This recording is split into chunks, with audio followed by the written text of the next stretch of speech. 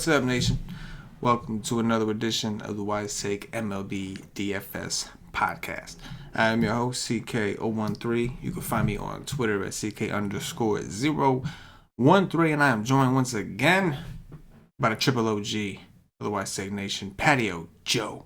You can find him on Twitter at Patio Joe Ref. Patio Joe, how was your holiday weekend? How was your Passover? How was your Easter? And more importantly, how was your 420, my man? Because that was obviously the most important holiday of all to you. 420 was okay. We went over to a friend's house, barbecued and stuff like that. But as I was telling my friends, I'm like, when every day is 420 for somebody like us, like I don't think like I did any more, or you know what I mean? I didn't smoke any more than I normally do on any day. I mean, like most people's 420 is like that's like a Tuesday to me. You know what I'm saying? So, we probably smoked a pre-roll or something, and it was kind of fun. Like I brought like the actual green down to my house instead of just a pen. You know what I'm saying? So, but that was pretty much it. 420 used to be so much more, but yeah, it was fun. And then Easter, we did the whole family thing. So, well, you're in California, so you guys are like all progressive about it. You've already been through all that stuff, so I could imagine it's just another day. Like it'd be like if they legalize the stuff for like specifically just one day, 420. You know what I mean? It'd be like a crazy hype fest. But if it's legal every day, it's just like, hey man, just today ended with a Y, then then it's all good. The dispensaries have like some crazy deals on stuff. Oh, okay. So it's like you kind of you can get a lot of product for very, very cheap, which is good. I see. We don't got none of that in Jersey. You know what I mean? I know. Well, maybe in a couple of years it'll happen. Let's see. They did. They did legalize sports betting, so that's something. I guess a little different direction, but hey. It is. It's starting to get there. Yeah, man. Did you? Yes. I think where we left off for Friday's slate, Joey. I think you were doing pretty well. Yeah. I think you were doing pretty well. I was doing pretty well. And then certain Colorado Rocky, who happened to be extremely chalky that day. Was it the game-winning home run he hit? Was that what he did? Yeah, it was a walk-off.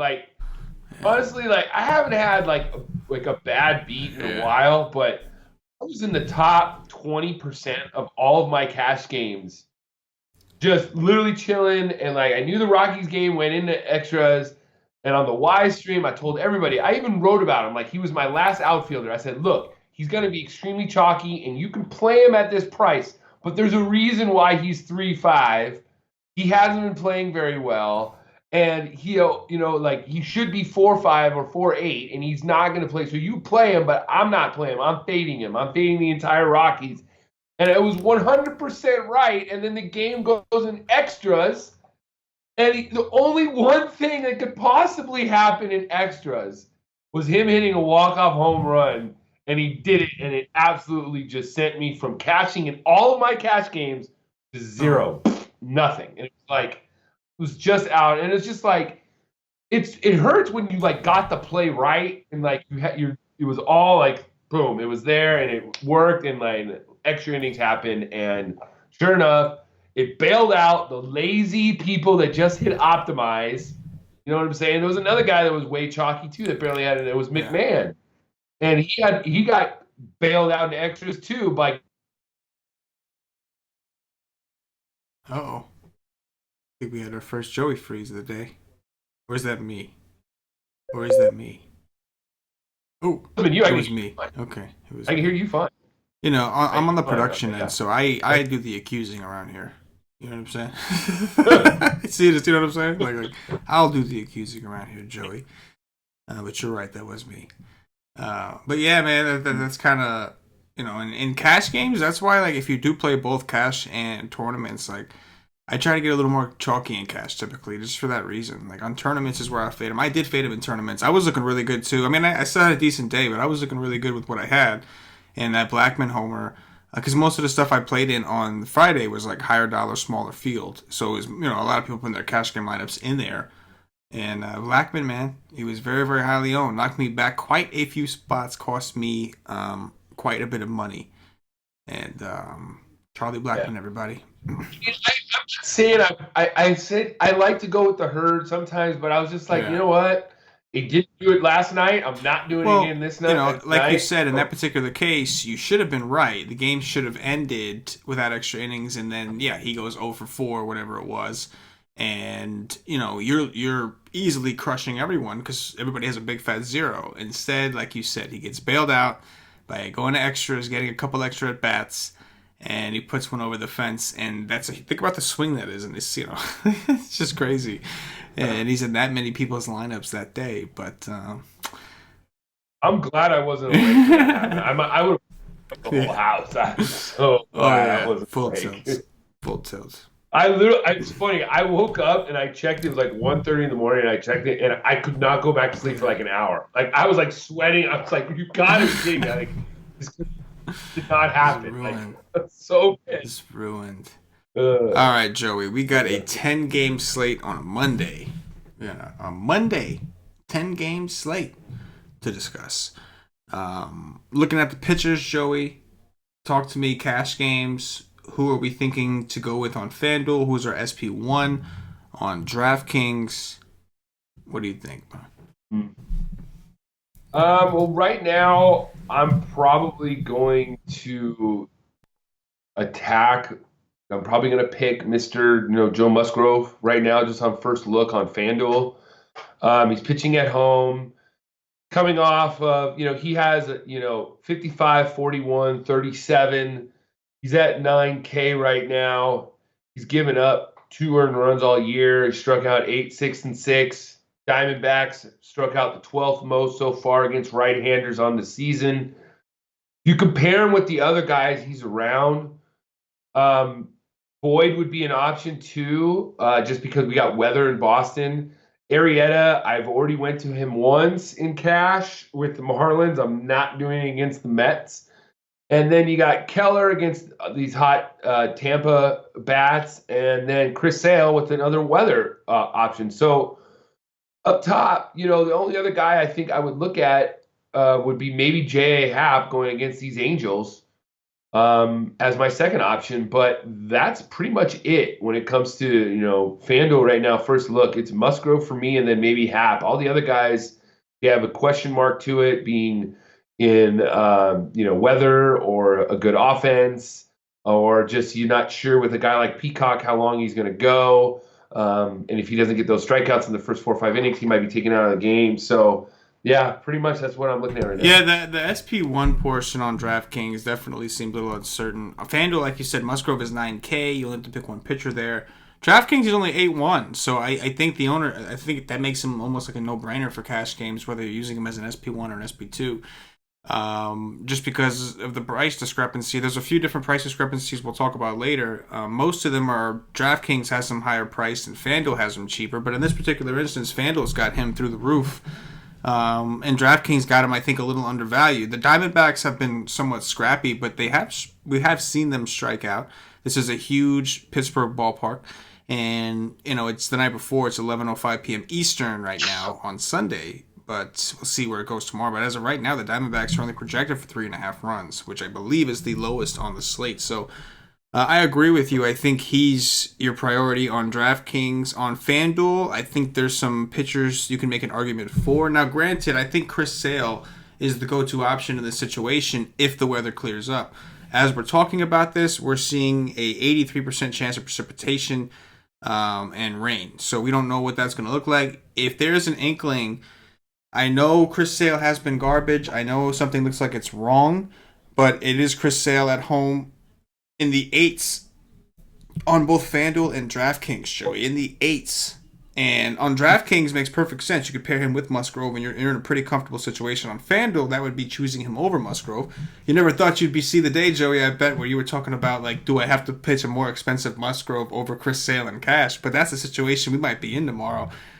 Chris Sale, at home against the Tigers, a team that's historically been good against lefties. This is a different Tigers team, of course. But what do you think, man? Like where are you at with that situation, assuming the weather clears up? Let's assume the weather clears up. The one thing I took away from Chris Sale's last start is that he was like really mad because he was like, I had my best stuff Like, I really felt like I was throwing better and his velocity was up, but the Yankees still hit him. It's the Yankee Stadium, though. It's good offense. You know what I mean? So he's back at home. His velocity was up last start. That's what makes me kind of like, look at him a little bit more at his price. And, we've all seen the upside, but man, he just hasn't shown it this year. He even had 6 strikeouts last start, but he gave up 4 runs. If he can maybe, not give up as many runs and just get 6 strikeouts with 7 innings like he did, he'd be all right, and he's going to be fine for us tomorrow, I think. So I just don't think the weather's going to clear up. I think it's going to be at least to where we're going to wait out like we did, on Friday with Bumgarner and stuff. They might get a late start and stuff like that, and then it played, but even then, it just didn't. I think everybody was off of it and didn't really want to go to it. So I don't think he's in there for cash just strictly from the fact of the weather. But if the weather is okay, yeah, I don't see why not. No, I completely agree with that statement. If the weather does not clear up, or at least it holds like too much risk for cash games. Looking at DraftKings, you have Musgrove, but you still got to pair him with somebody, and that's a complex situation right now. I think that some of the guys we can consider are Yoni Chirinos at 7-4 if you wanted to save money, if you didn't think the top guys were worth it. Because the top guys, I don't know, Flaherty is 9-8 over here. That's one of the guys we talked about with the price discrepancy. Only, 7-8 on FanDuel? 7-6? 7-8, right? Correct. He's 7-8 on FanDuel, and he's 9-8 on DraftKings. To me, I mean, I want to take advantage of that on FanDuel tomorrow. Me too, for sure. In tournaments, though. Yeah. You get Flaherty at home this year. He's been great. On the road, he's dog shit. I mean, it's just it's so. I don't care if he's facing these Brewers again. Yelich has 1 home run away from Milwaukee this year, I think, or 0. One of the two. Like he hasn't hit well away from Milwaukee. I'll take that. And at 7-8, we've seen what he can do. So that's what I like about that. On DraftKings, I would, if I don't like any of those guys now, I might go down to what we were talking about in the beginning. Go all the way down. You don't like any of them? Go all the way down. Well, we'll get there. We will get there. In the meantime, I'm trying to I think What about the Coors effect against these Phillies? See that's going to be an interesting situation. Look from a tournament approach. I don't know if I have the nuts to pitch Steven Matz. To me, it already takes balls to just not play the Philly offense after what the Phillies just did to Steven Matz in Philly. Now, listen, that Matz looked good for the first couple games. That was like a 1-game hiccup. The Phillies did profile well, and they're going to profile well here, but they are playing some different guys. They've had some injuries. Jean Segura has been out. I forgot who else they're missing. I think Odubel Herrera has been hurt. I know that's lefty on lefty, but if you look, you got Roman Quinn, Philip Gosselin projected to be in there. Cesar Hernandez batting second instead of Jean Segura. There's going to be a little bit of a different situation. It's not as good as a hitter's park. So Matz is interesting to me from a tournament perspective. On FanDuel, I don't think you need to do it. I think there's just enough pitchers. I don't need to do it. On DraftKings, I think that it's something you can consider, but I think that the most that I'll do here is probably just stay away from Philly and consider that my Coors effect / not being a fish and going to the same spot that just blew up, and hoping for the same result in a bigger ballpark in different circumstances. Where do you stand with this game? Yeah, no, I like that way, especially on FanDuel and such like that. I don't mind it. Another guy I was kind of looking at, I brought him up earlier to you. I'm like, we got to start looking at him because he's pitching better, is Mike Minor. Yeah. And then another guy who's facing a team that's striking out a lot the last week is Godley.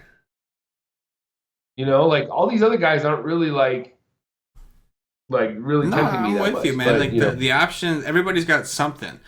Godley has a great park, but he's an underdog. He's going up against a team that's striking out a lot, but they've seen a lot of lefties. Lefties is who they're striking out a lot against.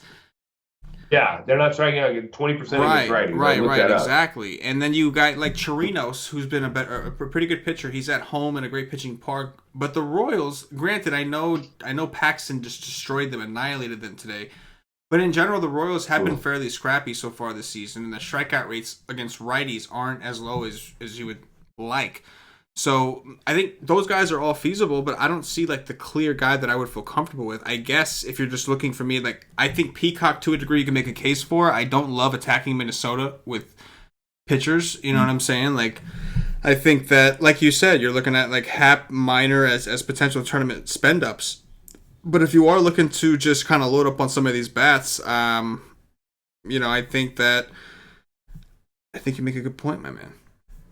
But Flaherty does seem like on FanDuel that's like a no brainer. I'm playing Flaherty on FanDuel in tournaments. Like I'm gonna have teams with Flaherty in tournaments. He's too cheap. On DraftKings, that's where like it's like he's 9.8, and I just don't think a ton of people are gonna do it. And so, that could be like the what do you call it? The strong arm move in tournaments. I'm just gonna go up and get a guy that can get me 30 on a slate where no one else can. Yeah, I think that makes sense. Let me see. Talk to me about that. It's before the show. You were making an argument for David Hess a little bit. That's kind of a very pivotal situation. On the one hand, the White Sox make for one of the cheaper upside stacks. They have a nice ballpark in Baltimore.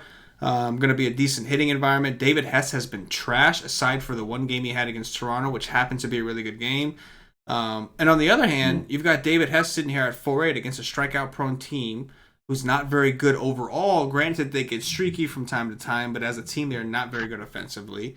There's strikeouts here. David Hess likes to throw his slider quite a bit, especially to righties. Talk to me about this situation. How much better is David Hess than Heath Fillmyer last week when we tried to attack them in the game we had Royals and White Sox last week when we were talking, and we were like, that's going to be the chalk game. And you even said it. You're like, well, when it's two bad teams that are going to be chalk, usually it doesn't, go that way. So it's kind of like in that way, is David Hess that much worse than Heath Fillmyer, who held these same White Sox down?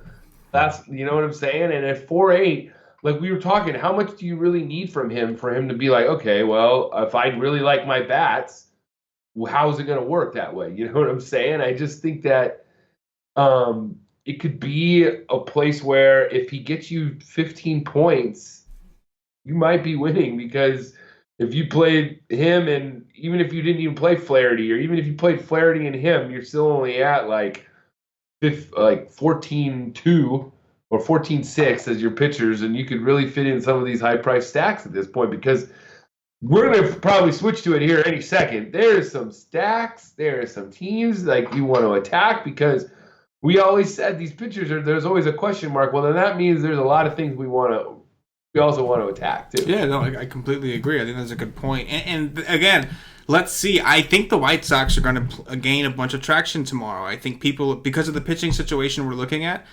I think that tomorrow a common build we're going to see is people picking one expensive team like Coors, the Astros, whatever, and then fitting it in and then jamming in some of like a team like the White Sox, who not all their players are cheap, but there's plenty of value guys here. And right now they're projected for 5.3 runs. So I think people are going to see that. I think projection models are going to give them boosts because of the Vegas run, implied total being one of the highest on the slate, and I think that we're going to see the White Sox become trendy. If that's the case, I don't mind taking a shot in tournaments with David Hess and doing, like you said, like a Flaherty-Hess combination. Because, like, believe it or not, like, you look at some of these pitchers that are more expensive and you might feel way more comfortable. But David Hess has put up like 33 DraftKings points, whatever it was. That's something that a lot of these guys just can't do. Like they don't have it in them. They might have higher floors, but they have nothing of the ceiling. And like, if you look at the team he did it to, it was the Blue Jays. And granted, the Blue Jays were struggling, but the White Sox, I think, are more comparable to the Blue Jays right now than they are comparable to the other teams he's faced, which are the Yankees, the Yankees, the Red Sox, and the Rays. The Rays being like the best team in their division, one of the hottest teams in baseball. It's just the Red Sox. I understand they were slumping. Yeah. They're still the Boston Red Sox. You're still facing JD Martinez, Mookie Betts, and all these guys, and then the Yankees. Like he caught the Yankees a little earlier before they had all their injuries. So it's like I think you can make a case for it. The ballpark's terrifying. If you're doing it in tournaments, you're going to want some White Sox hedge stacks. That shouldn't be a problem because I think everybody's first initial reaction is going to be to go to the White Sox. But I think that's an interesting situation. Let me ask you about another guy for tournaments. Again, we're You mentioned him briefly. I didn't really talk about him much. I'm curious to hear like your in-depth analysis, I guess, on Matt Boyd, man. Like, first of all, Matt Boyd is last year he was decent. He was a decent pitcher, and in fantasy he was pretty good. He was usually around the 7K range, nice and easy guy, reliable for 14 to 20 points on most nights. He has just been on fire this year. Now his velocity was up in spring training, and he's just been on fire. The Red Sox are still kind of trying to get going. What is your take on this on Matt Boyd, first of all, and this situation in general? Oh man, I'm starting to buy him. It takes me a little while to catch on to him, but I'm starting to buy him. He's still only 9.4, but he's shown against the Yankees, what did he have? 59 points. He's had 36, 43, 37, facing decent offenses. Pittsburgh doesn't hit lefties, so it's not that much. But I could just see that, as a pitcher, you're facing the world champs, you're hot, you're pitching in their place. This is a big moment for him. He wants to go out there and, basically teabag the Red Sox tomorrow night. So, I think if the weather was good, he'd be a great GPP play. Yeah. Especially on, DK, he is 9 below Flaherty, Arrieta, and Happ. So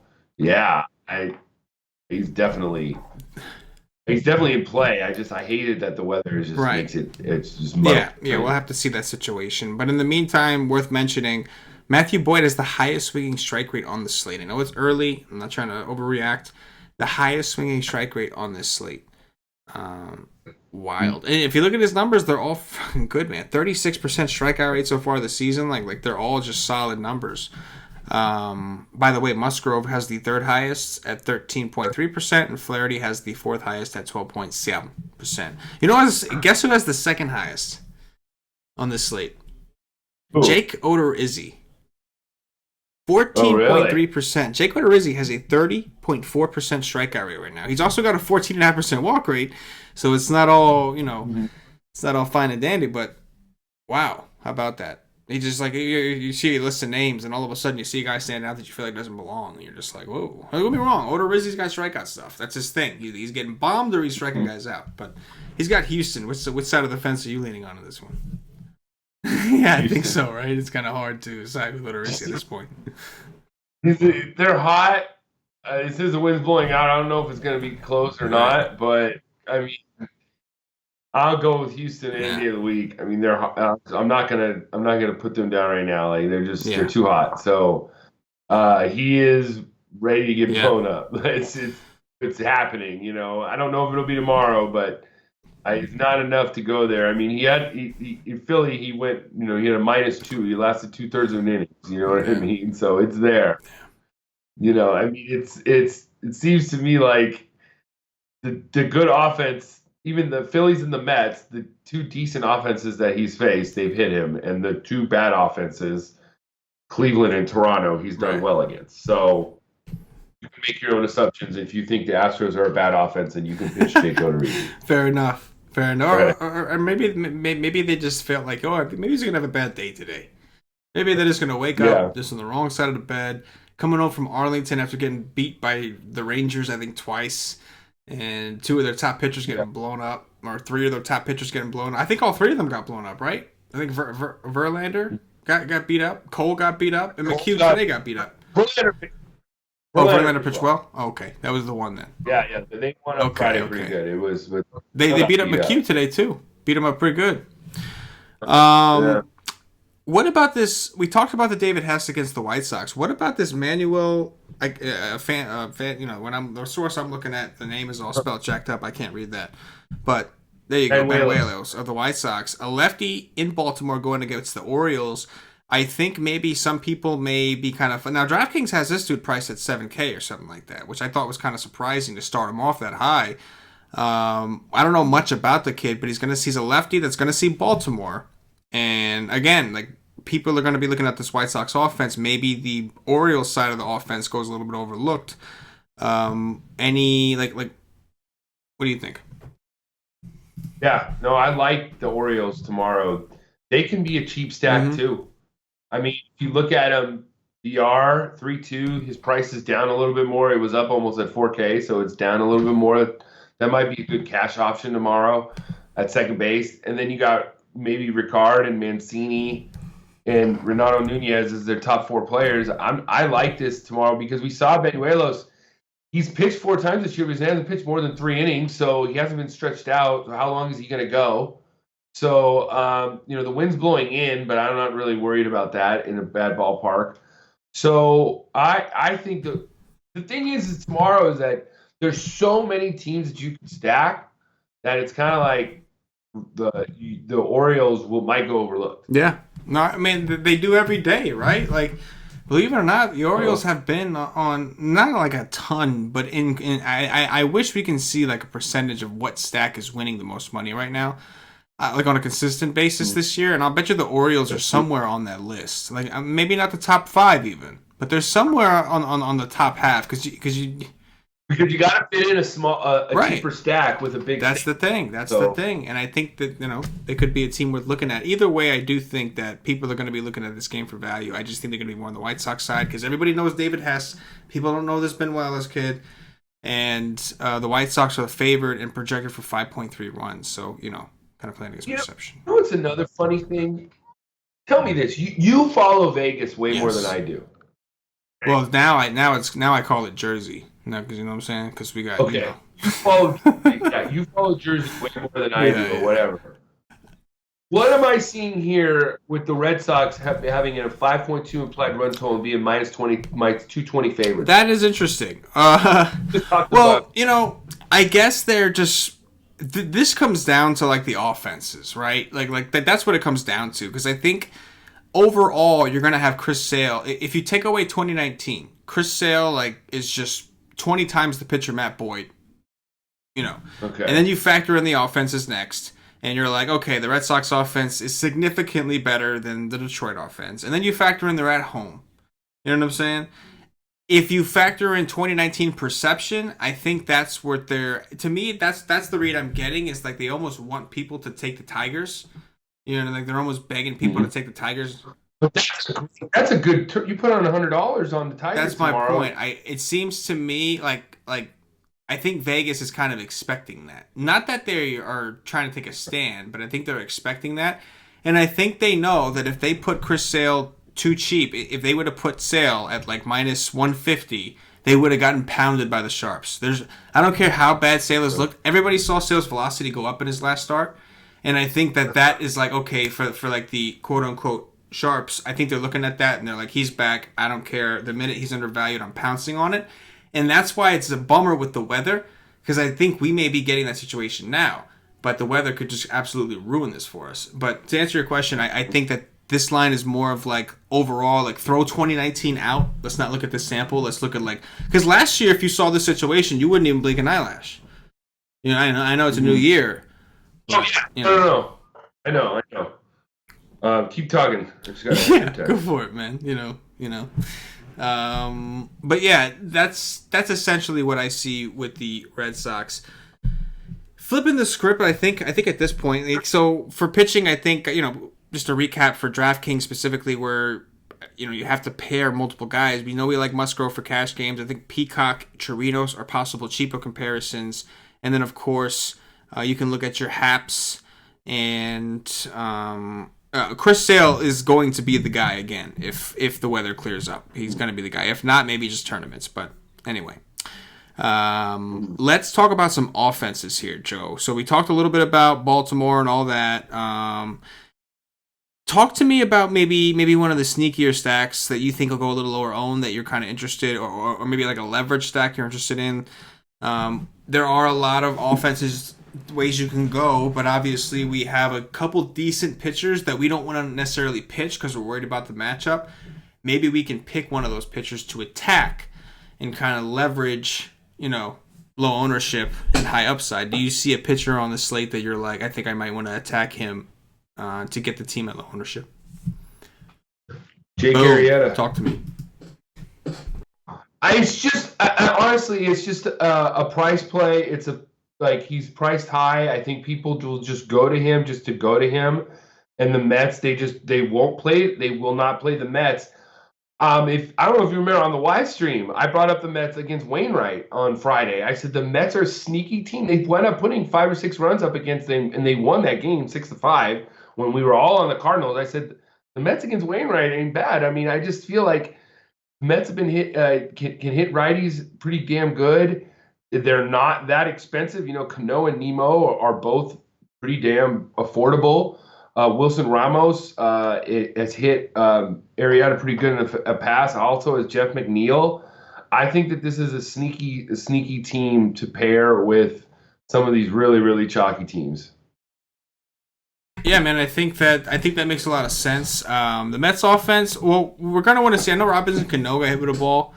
We'll have to see what they do with that situation. He came out of the game; he may not play, but Peter Alonso has just been a freak, man. That dude's been an absolute monster. Michael Conforto has been red hot. Still kind of, Nemo has been a little more inconsistent. He's played a lot better over the last couple weeks, but he's still not quite where he was last year. I don't mind it, man. I think that people are going to kind of back away, even if people don't pitch Arrieta because his price is high. I don't necessarily think they're going to want to target against him either, and I think that could be a lower owned stack.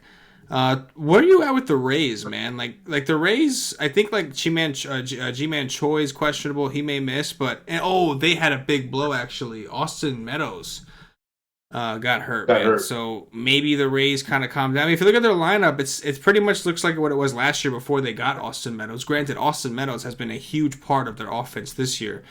But it's a lot more similar to what we saw last year, and they were still a pretty good team last year. They were above 500. They were just behind the Red Sox and the Yankees too far, but they were above 500.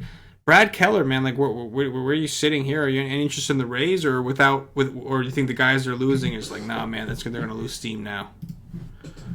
I mean, I could see a guy like Joey Wendell being a cash game core because he's 2-2 on FanDuel tomorrow, but I'm just gonna say. Cardinals, Astros, Rockies, Rangers, Yankees. So those are 5 teams just right off the bat I'd want to play. Orioles, White Sox, Mets before I get to the Rays tomorrow. So maybe Brad Keller might be even an option because I don't really want to go to them tomorrow. They just don't really faze me. Brad Keller's pitched pretty damn good this year. So let's not, there's no line on this game. I won't go there. Like I said, Wendell it might be a cash game core first look because he's 2-2, and that how I like to do it. But I don't see anything right now that would make me really want to go there. I hear you, bro. I'm in the same boat. I think we got too many other offenses. Like you said, the Yankees against Matt Harvey. Wish it was in Yankee Stadium. It is not. It is in L.A. And the Yankees just don't have a ton of lefties, and the lefties they do have, you're not exactly intimidated by. Mike Tauchman, Michael Ford, and Brett Gardner. They're just so riddled with injury. I mean, it's really Didi that they're missing, the left-handed bat. Because I mean, Greg Bird, man, I'm sorry, but I think that dude sucks. I think Greg Bird sucks. Like he strikes out way too much. But I mean, you got to think once we get some good pitching, you're gonna want to attack this Yankee lineup when you have Brett Gardner batting third. Yeah, that's a good point. Like today, I actually pitched Jorge Lopez on DraftKings. On FanDuel, I didn't need to. On DraftKings, he was like 5'8", so I threw him against. And the Yankees won that game, and they put out. No. I think they lost at the end, or maybe they won. I don't know. Paxton destroyed them, and then the bullpen blew it. Anyway, long story short, Pablo Lopez gave up like 5 runs and still hit value on DraftKings because he was able to strike out enough guys and just go like 7 innings. So I think that there's merit to that. They put up runs, but they still struck out enough. And Pablo is not a strikeout pitcher, and just kind of struggled. But that is a good point. I mean, right now the Yankees, while they are banged up, we may have to keep an eye on them, and they happen to be in a really big ballpark. And not for nothing, bro. Like I'm not trying to talk anybody into nothing crazy here, but would it surprise you if Matt Harvey, who's 5'6" on DraftKings tomorrow, put up a 15, 16 on DraftKings against the Yankees? This lineup in this ballpark. You know what I mean?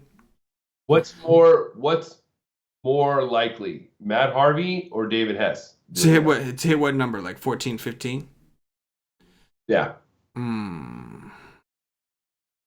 That's a good question, dude. I want to say I think Harvey is more likely to do it, but I think Hess has a higher actual ceiling.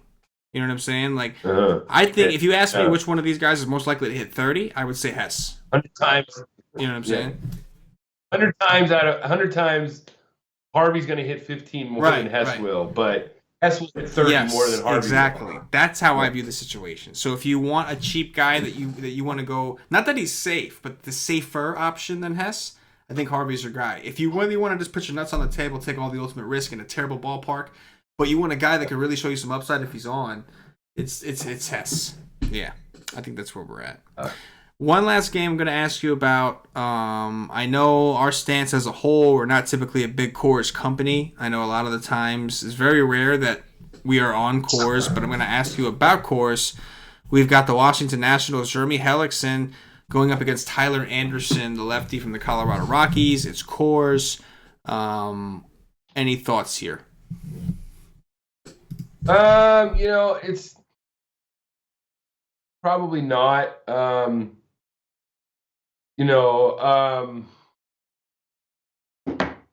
gonna kill Paulie. He's texting me about Game of Thrones stuff.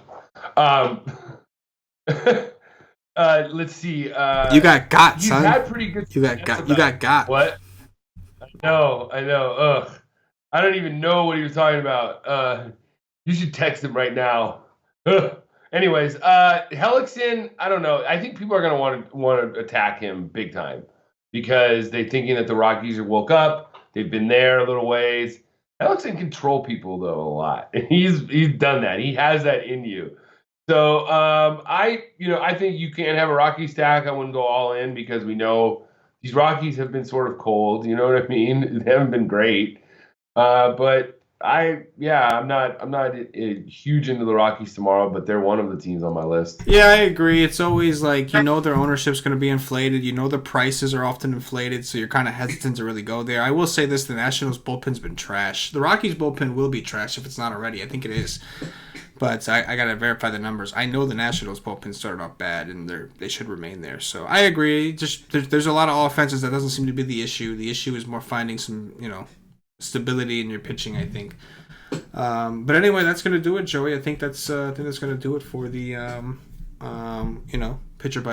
pitching breakdown, whatever coverage, slate coverage. But we'll do the cash game cores. We will do the top threes and the dong watch. Before we do that, though, I'm going to remind everybody, if you haven't already checked us out at wisestake.com, make sure you get over there, join the nation, see what it is we do, see what the nation is all about, the Wise Take Nation, that is. Follow us on Twitter at @wise_take for any promotional tweets or any, occasional, updates on the site, things like that. Follow us on Facebook, facebook.com/wisetake. We have the podcast streaming there as well, but also same kind of concept. This way you can get any promos. We're on Instagram, all that shit too, I think, but all the good shit. Yeah, we are. Yeah, it's funny. All on there, and I like on the gram, bro. On the gram.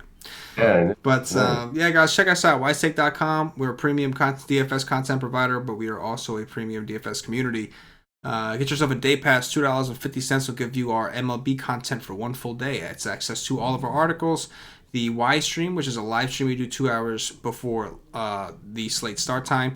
And everything. Cam's cheat sheets have been on fire, man. You want to come see what Boy Genius Cam is on? He's been having a lot of success with those. We've got people winning every day. Me and Cam were on it. Friday night, we nailed it again. So our pitching we were on it. He had Caleb Smith. I had DeSclafani. Stuff like we were really on it. And then Strom, I wrote about Strom.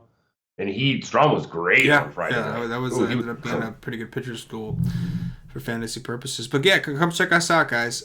If you want, now I will say this, you'll get the content. The only thing you won't get is the Slack chat. The Slack chat is for monthly memberships or higher. I do recommend that once you try the day pass and you see the content is what you're looking for to help you and you see it's going to make you a better player every day, save yourself some money. Just either get the season pass, yearly pass, whatever the case may be, or the monthly pass and get into the Slack, because these guys are putting in work, man. We got our analysts like Stevie and Dunder Dan are in there all the time, and we're all in there. Cam's in there a lot. Joe pops in from time to time. I try to pop in when I can. Paulie pops in. But more importantly, it's the members themselves, man. They're in there grinding every single day, and they're chopping up the slate, and they're just working. There's always somebody you can talk about the slate with in there and kind of bounce ideas off of. And these guys are smart, man. These guys are really smart. We've had some huge wins already in MLB, dude. It's been awesome. So go check us out, whiteside.com. Joey, enough about that. Cash Game Core, FanDuel. What do you think? We're going to go with Mr. Musgrove right now. Start off with. I like it. So, who's the stud that you're thinking right now? Like, who's the stud you're thinking you want here?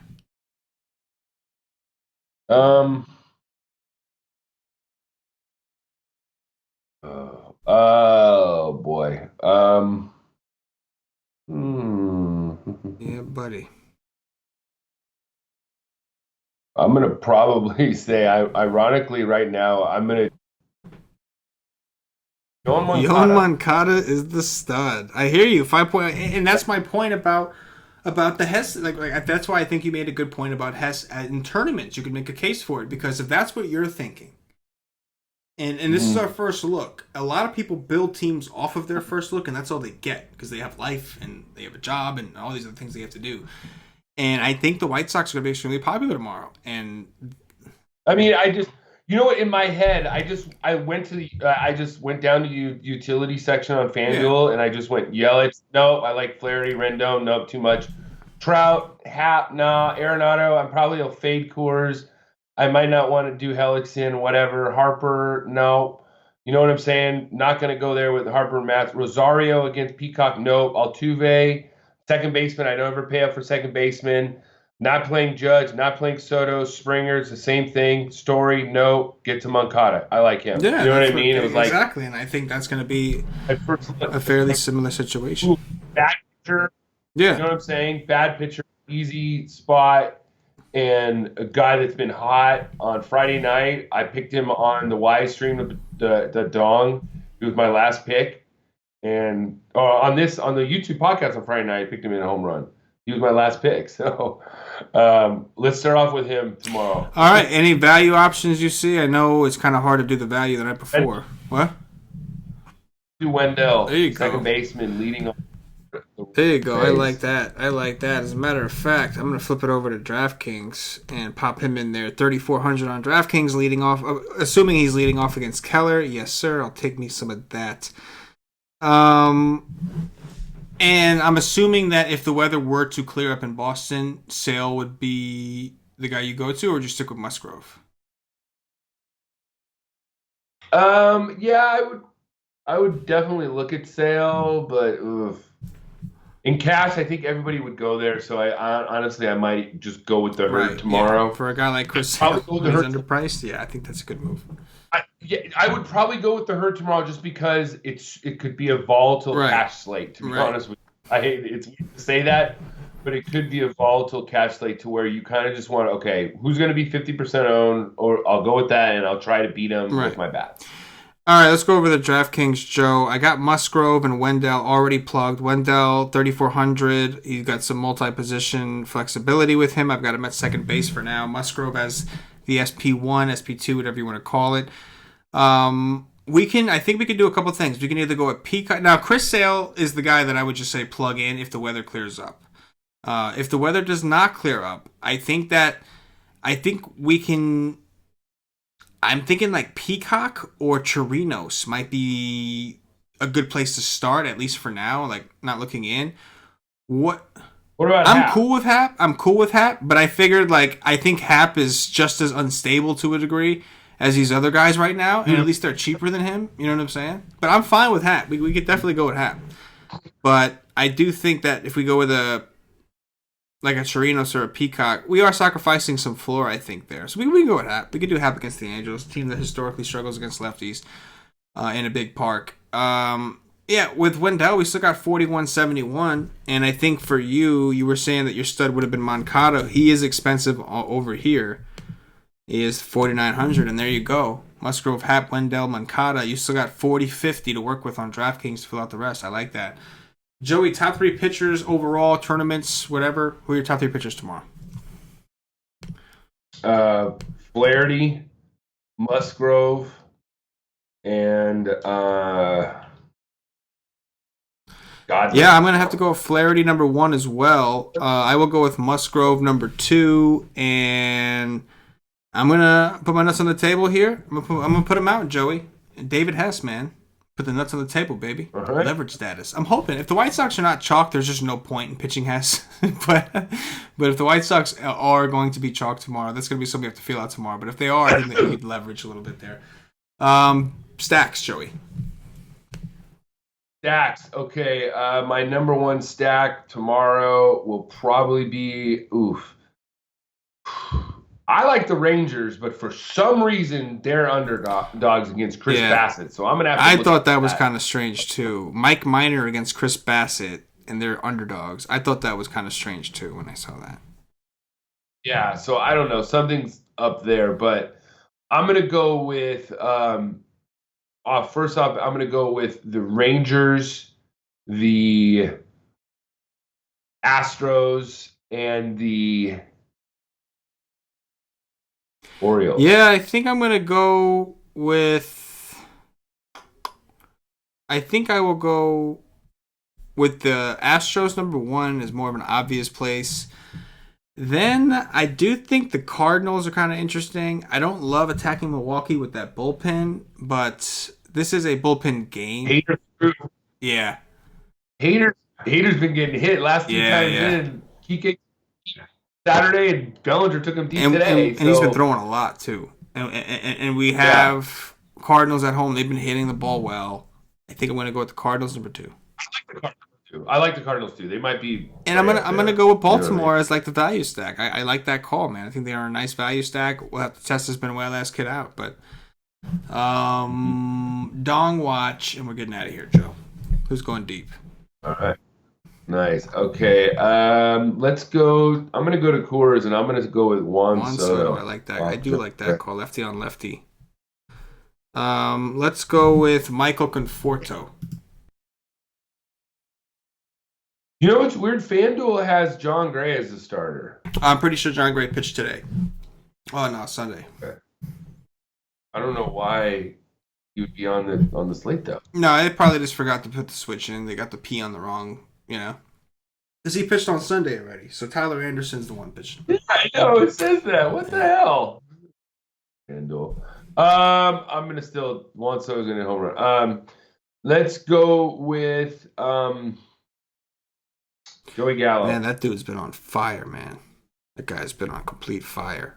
Let's go with Trey Mancini, man. Trey Mancini. Cool, I was gonna go with him. I like that. I'm going to go with Matt Carpenter. Yes, I do like that call. I will go with. I'm gonna go with Goldie, baby. Let's go. Carpenter. I like Carpenter's price, man. On DraftKings, at least. 3-2. Oh, he's 3-2. I like him on both sites. He's 4-2 on DraftKings. That's a good price on both sites. That's going to do it for the Wise Take DFS podcast. If you're watching on YouTube, please click that thumbs up, that like button, subscribe to the channel. If you're watching on Facebook, give us a like and a share to support the Wise Take Nation. If you're watching us on Twitch or Twitter, give us a follow, give us a retweet. And if you're listening to us on Podbean or iTunes, give us some 5-star reviews. Joey, anything in closing before we get up out of here? Yeah, they said in the chat, Wendell's 0 for 12 this year. He's 2. It's baseball. He's cheap, more importantly. And Paulie, don't you ever text me on Sundays during Game of Thrones, but I didn't see it. For Patio Joe, for myself, the entire Wise Take Nation, as always, good luck. Yes.